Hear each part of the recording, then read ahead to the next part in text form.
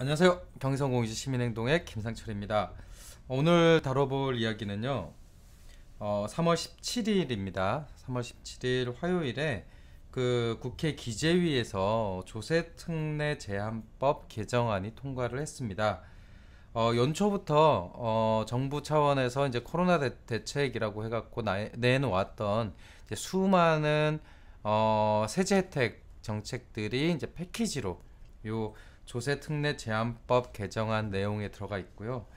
사실 이 법 이름이 좀 특이하잖아요. 조세특례 제한법이라고 하는 법입니다. 재밌는 것은 이 법이 만들어지게 된 취지인데 하도 개별법상으로 그 조세 감면이나 이런 것들을 너무 많이 해주니까 아예 그거를 막겠다라고 만든 게 이제 조세특례 제한법입니다. 그러니까 특례를 제한하겠다라고 하는 법인 거죠. 근데 이거를 막기 위해서 만든 법을 한 번에 개정을 해서 세액공제니 아니면은 무슨 그 개인 소비세 감면이니 이런 것들을 일시에 해 놓았습니다. 그러니까 원래 조세특례를 막기 위한 법인데 지금 문재인 정부는 이 법을 일시에 조세특혜를 주기 위한 방식으로 활용하고 있는 거죠. 정말 창조적인 방법이 아닐 수 없는데요. 특히 이제 그 중에서 좀 문제가 될 수 있는 것들을 몇 가지를 한번 보겠습니다. 기본적으로 이게 이제 그 세제 혜택을 주는 구조이기 때문에 이해를 좀 하실 필요가 있어요. 그러니까 낼 세금을 내지 않도록 만든다라고 하는 게 그럼 이익 아니냐라고 하는 건데 한번 곰곰이 생각해 보십시오. 낼 세금이 적은 사람한테는 혜택이 당연히 적겠죠. 예, 그러니까 코로나 사태 이후에도 어느 정도 장사가 되는 사람들, 그래서 세금을 어느 일정 규모 이상 내야 되는 사람들한테는 이 세액공제의 폭이 굉장히 커질 수 있지만 그것마저도 되지 않아서 기껏해야 몇만 원 수준의 세액공제를 받는 자영업자들한테는 크게 혜택이 되지 않는 것이 바로 이 조세 방식의 지원 정책입니다. 그런 면에서 지금 몇 가지 이제 크게 한 8가지 정도의 내용이 들어갔는데요. 첫 번째는 감염병 특별재난구역, 그러니까 대구, 경산, 봉화, 청도 소재 중소기업에 대해서 중소기업 특별 세액 감면을 2배 수준으로 늘리겠다라고 해서 소기업은 60%, 중기업은 30% 소득 법인세를 감면해 주겠다라고 얘기를 합니다. 재밌는 건 아까도 말했듯이 이 코로나 사태 때문에 영업 실적이 잘 안 나오거나 장사가 잘 안 되는 기업들은 당연히 포함이 됩니다. 단, 감면 효과가 적을 뿐입니다. 대신에 이 코로나 사태에도 불구하고 일정 규모의 장사가 되는 회사들은 엄청난 세액 공제를 받을 수 있는 것이죠. 그러니까 즉 맨 밑바닥은 제외하고 그 중간 정도를 챙기는 정책이 될 겁니다. 간이과세자 납부 면제 기준 금액을 3천만 원에서 4,800만 원으로 상향했습니다. 이게 뭐냐면 실제 이제 간이과세를 하는 이제 그 개인 사업자들이 있잖아요. 근데 이제 그게 이제 연매출 3천만 원 이상이 되면 간이과세를 못 하게 됩니다. 간이영수증으로 그걸 처리 못 하게 됐던 거를 4,800만 원으로 상향을 시켜준다라고 하는 겁니다. 그러면 여기서 가장 혜택을 볼 수 있는 사람들은 누굴까요? 네, 맞습니다. 3천만 원에서 4,800만 원까지의 연매출을 보이는 사람들이 가장 큰 혜택을 봅니다. 3천만 원 이하였던 사람은 그 전에 2,900만 원 정도였는데 코로나 사태 때문에 2,500만 원 정도밖에 매출이 안 됐다. 크게 혜택 없습니다. 네, 그런 거죠. 그래서 이건 역시도 상대적으로 소득이 있는 그 개인 사업자를 보호하는 정책이라고 볼 수 있고요. 8천만 원 이하의 개인 사업자에 대한 부가가치세 납부세액도 간이과세자 수준으로 경감했다라고 얘기합니다. 이것도 비슷한 얘기가 될 거고요. 임대인들이 자발적으로 임대료를 인하한 경우에 인하액의 50%를 소득세, 법인세의 세액공제로 해주겠다라고 하는 내용도 있습니다. 곰곰이 한번 생각을 해보십시오. 법인세와 소득세의 세액공제로 준다라고 하는 것은 그것을 넘어서는 세금을 낸다는 걸 전제로 합니다. 그러니까 소규모 임대사업자들의 경우에는 사실은 그 혜택이 굉장히 받게 됩니다. 오히려 큰 규모의 임대사업자들의 경우에는 이걸로 인해서 혜택을 많이 보죠. 물론 정부는 상한선을 두었다라고 얘기를 하지만 여기서 중요한 것은 상한선 바로 밑에 있는 상대적으로 이 대상 중에서 그나마 경제적 상황이 좋은 대상에게 혜택이 몰린다라고 하는 것이 오히려 더 중요한 부분이겠습니다. 흥미로운 건 기존에 있는 내용에서 없었던 내용이 이제 두 가지 정도가 보이는데요. 첫 번째는 신용카드 공제율을 2배로 높이겠다라고 하는 부분이 있습니다.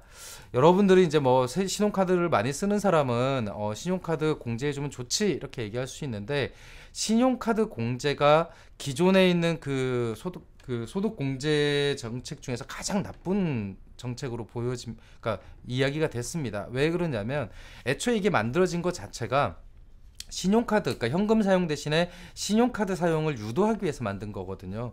그때는 좀 한목적적인 게 있었죠. 왜냐하면 현금 사용을 할 경우에 나타나지 않는 과세 그 대상액들을 쭉 양성화시킬 수 있으니까 신용카드 사용을 이제 그렇게 촉진하는 것이 정책적인 목적이 있었던 겁니다.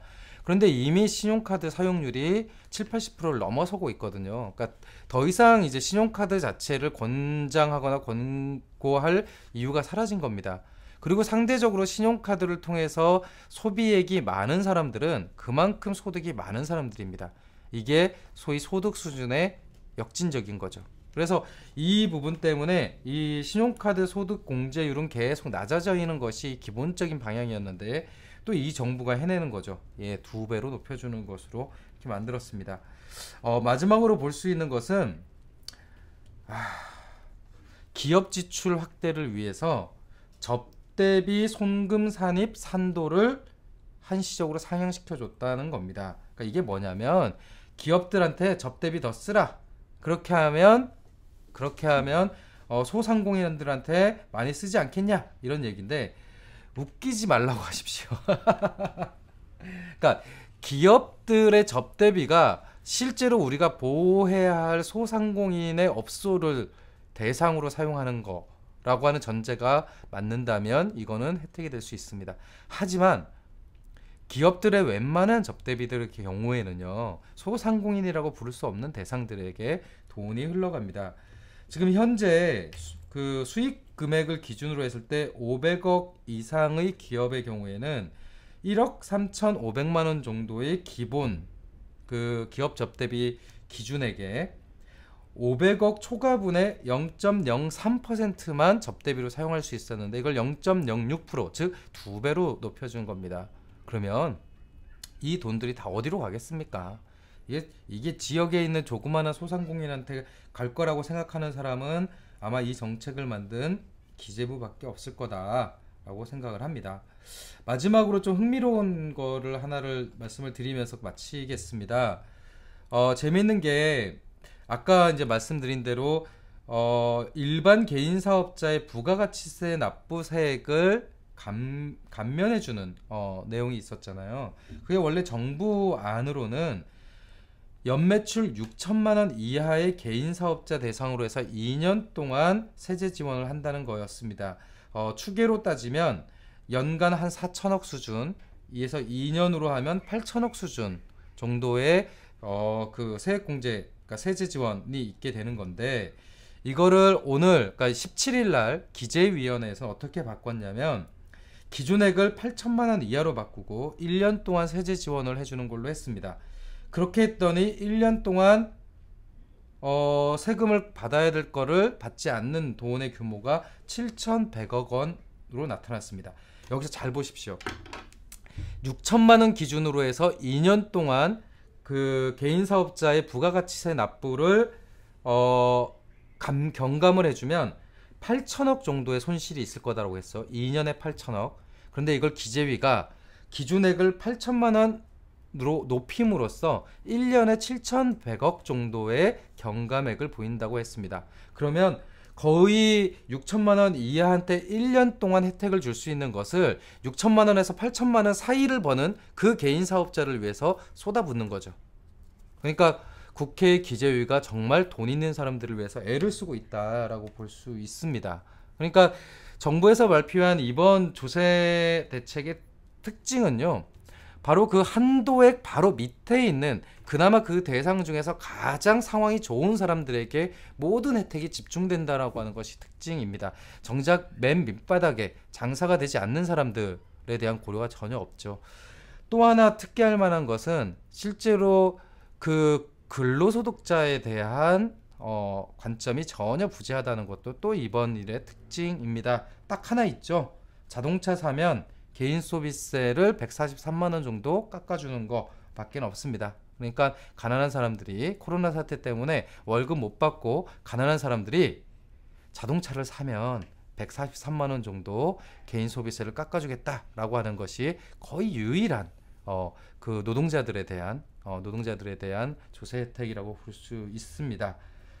이거 만드느라고 정말 애를 썼을 것 같아요. 어떻게 하면 자기네들이 원하는 소위 중산층 맞춤형 조세 대책을 내놓을까라고 하는 부분에 정말 골머리를 썼던 것 같습니다. 그러니까 문재인 정부의 코로나 대책, 특히 3월 17일에 통과된 조세특례 제한법상의 혜택은 모두 다 중산층을 위한 것이다 라고 볼 수 있겠습니다. 그 이하는 보이지 않는 거죠. 예, 이상입니다.